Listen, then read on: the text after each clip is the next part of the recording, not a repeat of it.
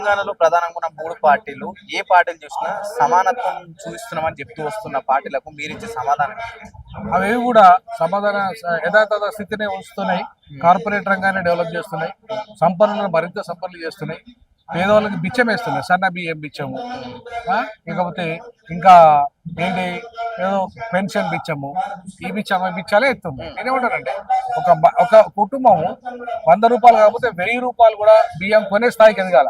అంతేగాని సన్న బియ్యం తిని ఉంటా అనే స్థాయి నుండి ఉండదు. 100 రూపాయలకు కూడా కుటుంబం కొనుక్కొని బతకాల. కానీ మాకు మేము సన్న బియ్యం ఇచ్చినాం కదా, లేకపోతే మేము ఉచిత కరెంట్ ఇచ్చినాం కదా, లేకపోతే మేము ఇంకేమో హాస్పిటల్కు 10 లక్షలు పెంచినా కదా, ఇది కాదు.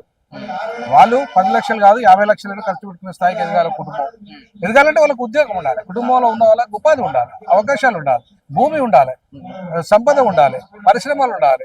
ఇవన్నీ ఏం లేకుండా నీకు బియ్యం ఇస్తా, గొర్రెనిస్తా, బర్రెనిస్తా, ఎంతకాలం